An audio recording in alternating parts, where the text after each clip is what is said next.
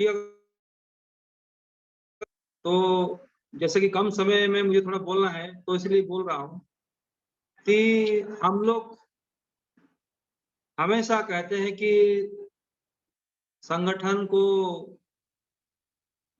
मजबूत करेंगे, सुंदर करेंगे, प्रसारित करेंगे, विस्तार करेंगे, आगे बढ़ाएंगे, ऐसे कहते रहते हैं। मैं 2-3 एग्जाम्पल देकर आपको बताने की कोशिश कर रहा हूं कि हम कहते हैं संगठन को मजबूत करेंगे। मजबूत का मतलब लकड़ी जैसा मजबूत, पत्थर जैसा मजबूत, लोहे जैसा मजबूत या स्टेनलेस स्टील जैसा मजबूत, ऐसा नहीं है। हम कहते हैं संगठन को विस्तार करेंगे। विस्तार का मतलब 1 स्क्वायर फुट, 1 मीटर, 1 एकड़, 1 पंचायत, 1 ब्लॉक, 1 जिला, 1 स्टेट या राष्ट्र भर, ऐसा भी नहीं है। हम कहते हैं संगठन को ऊंचाई का बुलंद के ऊपर पहुंचाएंगे। ऊंचाई का मतलब 5 फुट, 10 फुट, 1 बिजली का खंभा, 10 बिजली का खंभा या 100 बिजली का खंभा, वो भी नहीं है। हम कहते हैं संगठन को सुंदर बनाएंगे। सुंदर का मतलब जैसे फल से आम बहुत सुंदर होता है, आम जैसा सुंदर, गुलाब जैसा सुंदर, गगन जैसा सुंदर, वो भी नहीं। तो हम जो संगठन को मजबूत करना चाहते हैं, सुंदर करना चाहते हैं, विस्तार करना चाहते हैं, आगे बढ़ाना चाहते हैं, संगठन का जो परिभाषा है, जहां मुझे पता है, संगठन अपना जो आइडियोलॉजी है, अपना फिलोसॉफी है, उस आइडियोलॉजी फिलोसॉफी का ऊपर हम लोग कितना खड़े उतरते हैं। अगर राष्ट्रीय बौद्ध महासभा का बात किया जाए, जिक्र किया जाए, तो राष्ट्रीय बौद्ध महासभा का जो अपना जो लक्ष्य, एम एंड ऑब्जेक्ट्स है, वो है कि एक प्रशिक्षण होना चाहिए, प्रशिक्षण के साथ साथ निर्माण होना चाहिए, और निर्माण के साथ साथ मैं नहीं, धम्म सर्वोपरि होना चाहिए, और एक आदर्श समाज बनाने के लिए संकल्पबद्ध होकर राष्ट्रीय बौद्ध महासभा आगे बढ़ने के लिए, अपना एजेंडा में आगे बढ़ने के लिए कोशिश कर रहा है। तो मेरे कहने का मतलब है कि संगठन को अगर हमें मजबूत करना है, सशक्त करना है, ऊंचाई पर ले जाना है, आगे बढ़ाना है, तो उसका जो विचार, संस्कार, आइडियोलॉजी, फिलोसॉफी, उस पे अगर हम लोग टिके रहेंगे,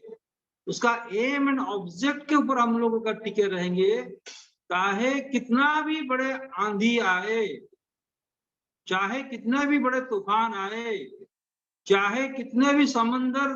जो लहर आता है, लहर आए, उस लहर को भी हम लोग टकराने के लिए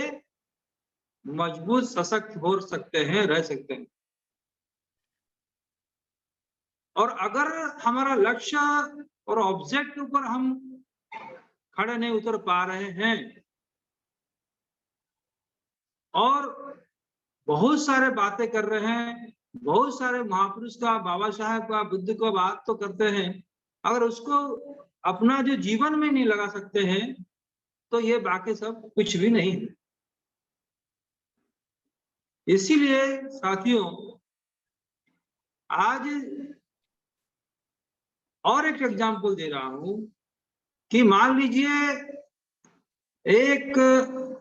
फुटबॉल टीम एक फुटबॉल टीम में 11 प्लेयर्स होते हैं, उसमें लेफ्ट आउट होता है, राइट आउट होता है, फॉरवर्ड होता है, स्टॉपर होता है, बैक होते हैं, गोलकीपर होता है, कैप्टन भी होते हैं, और सभी को लेकर खेल खेला जाता है और अपने गोल को हम लोग आगे लेकर हम लोग विनर बन सकते हैं। लेकिन सब अच्छा खेलना भी जरूरी है, अच्छे कैप्टन की भी जरूरत है, अच्छे गोलकीपर की जरूरत है, और अच्छे फॉरवर्ड, अच्छे लेफ्ट आउट, अच्छे राइट आउट से लेकर अच्छे स्टॉपर से लेकर सबको लेके खेलना है। लेकिन सब अच्छा भी होंगे, फिर भी अगर हम लोग जीत नहीं पा रहे हैं गेम, तो उसका पीछे और भी एक कारण हो सकता है कि जहां पर हम लोग खेल रहे हैं उस मिट्टी का क्या प्रभाव है। मिट्टी अगर गीला है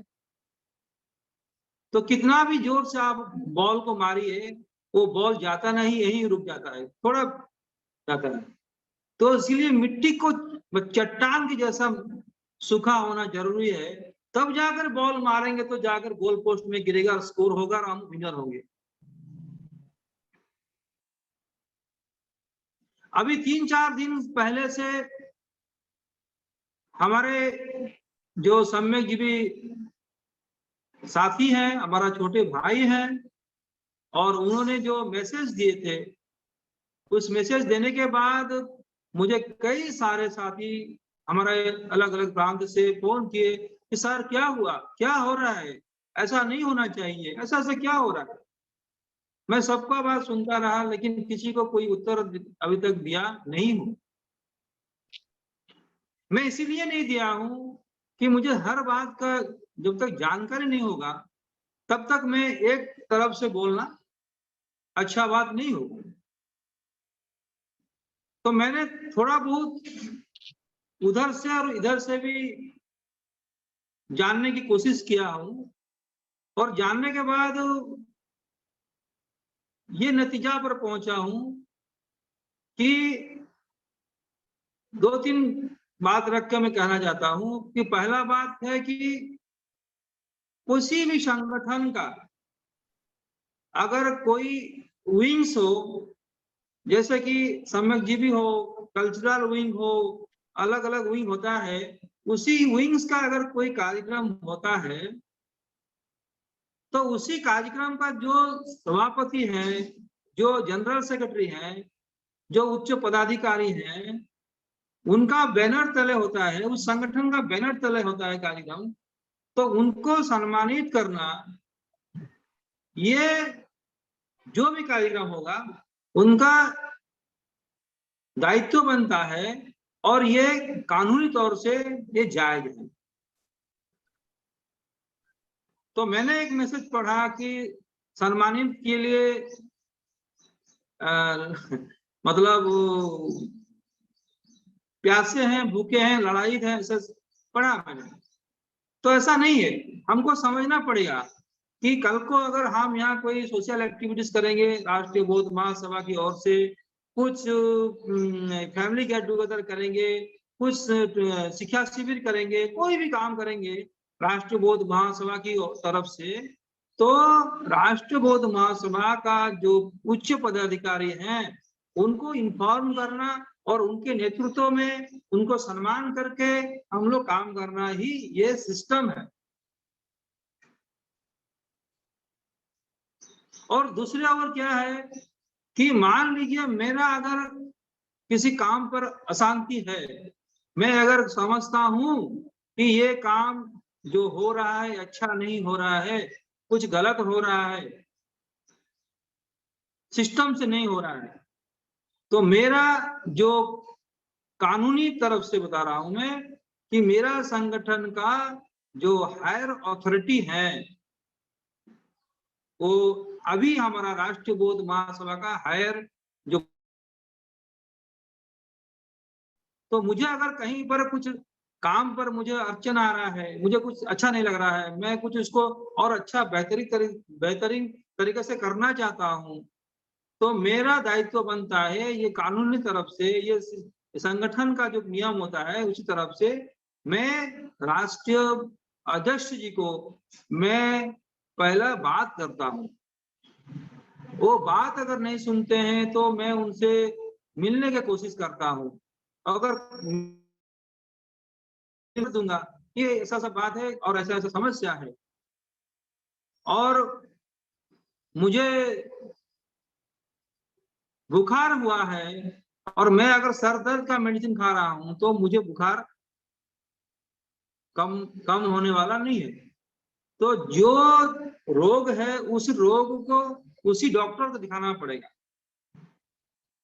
और ये प्रोसीजर है। ऐसे ही जब ये मैसेज आ रहा है, ये मैसेज ये है अनडेमोक्रेटिक और ये सिस्टम से बाहर और सिस्टमेटिक नहीं है। अगर कुछ भी ग्रीवेंसेस है, देखिए आप देखे होंगे मैं कभी भी विचार रखता हूं तो जो भी सार्वजनिक रखता हूं, क्योंकि संगठन का हित में ही हम बात करते हैं, संगठन को मजबूत करने के लिए, संगठन को आगे ले जाने के लिए। और मुझे अगर और भी कुछ अच्छा लगता है तो मैं डायरेक्ट बात करता हूँ, बाहर बात करूंगा भी।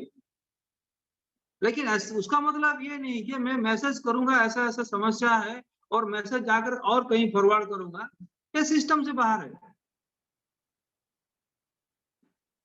तो हम लोग जब संगठन की बात कर रहे हैं, संगठन का विस्तार कर रहे हैं और संगठन जब हम काम करते हैं, संगठन में हमें कई तरह का अड़चन आएंगे, कई तरह का समस्या आएगा, कई तरीके का हमको अलग अलग समय में, अलग अलग परिप्रेक्ष्य में हम लोग को अलग अलग समस्या आता रहेगा। उस समस्या को हम देखेंगे, समझेंगे और उसका हल निकालने के लिए पूरा कोशिश करेंगे। वो हल चाहे हमसे निकल सकता है, आपसे निकल सकता है और किसी से भी निकल सकता है।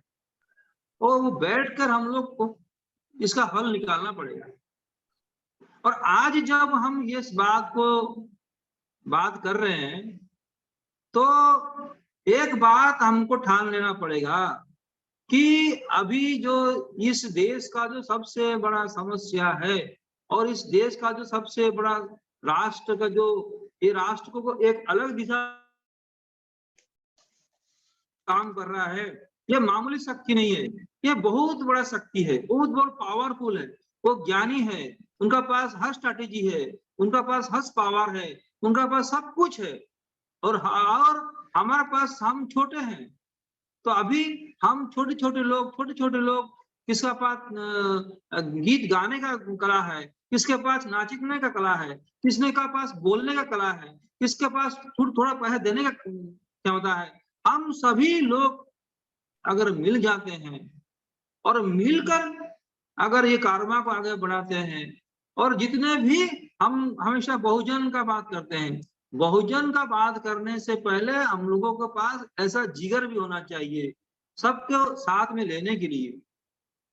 सबको साथ लेना पड़ेगा, भले ही किसी से हमारा अच्छा संबंध ना रहा होगा, लेकिन जब संगठन का विचार आता है, जब संगठन का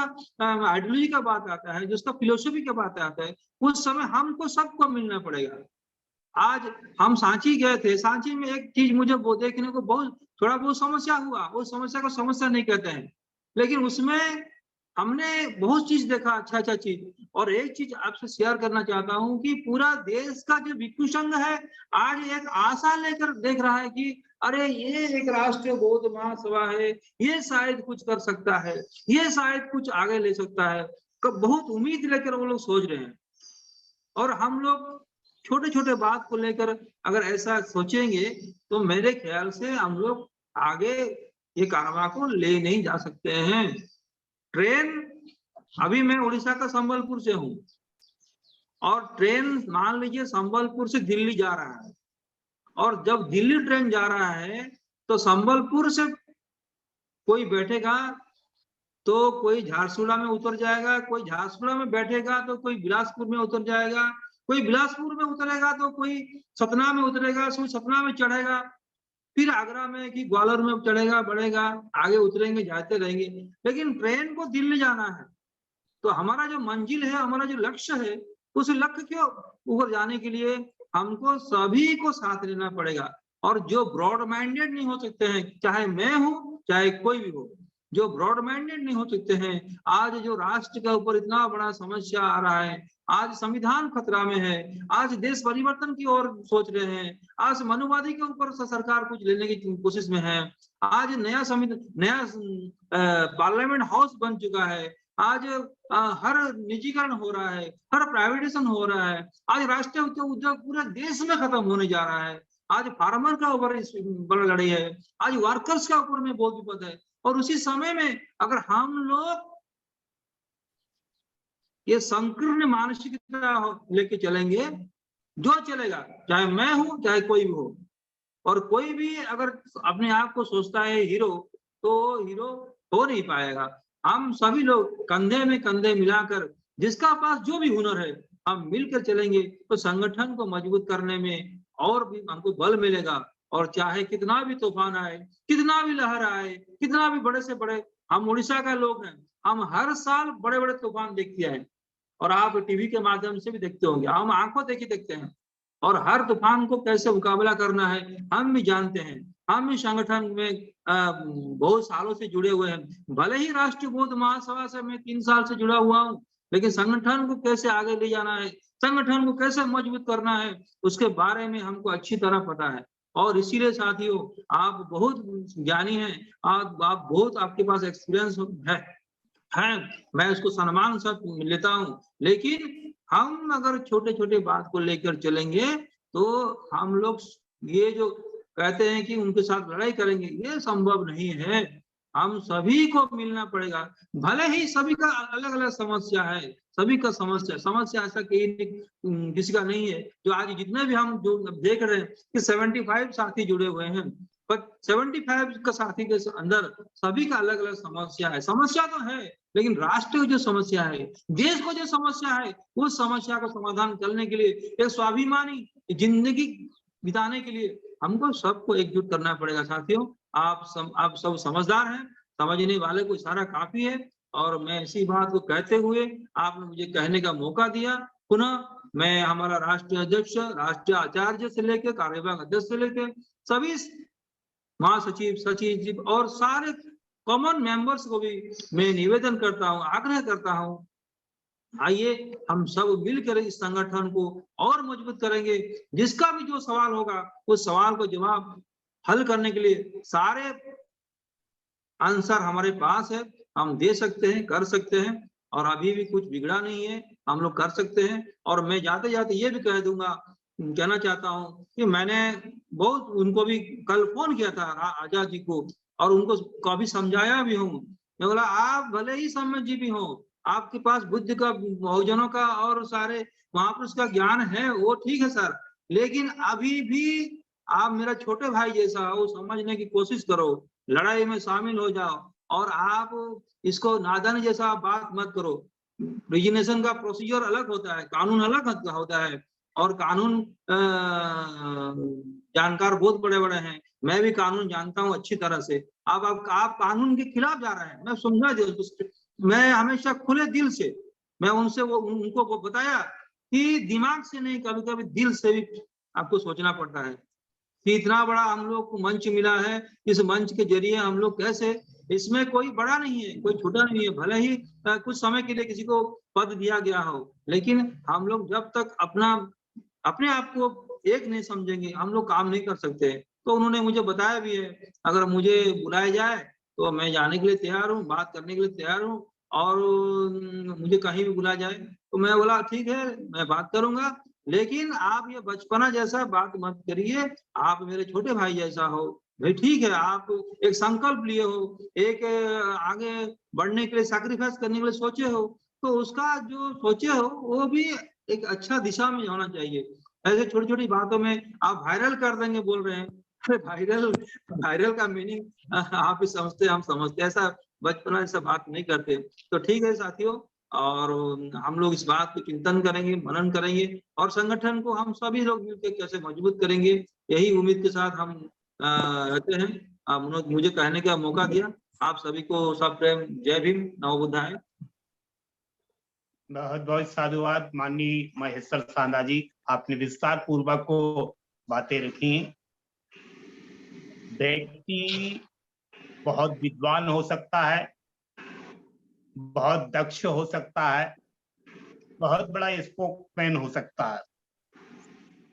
लेकिन संगठन के प्रति जो संगठन की संहिता है, संहिता के अनुसार यदि कोई व्यक्ति नहीं चलता है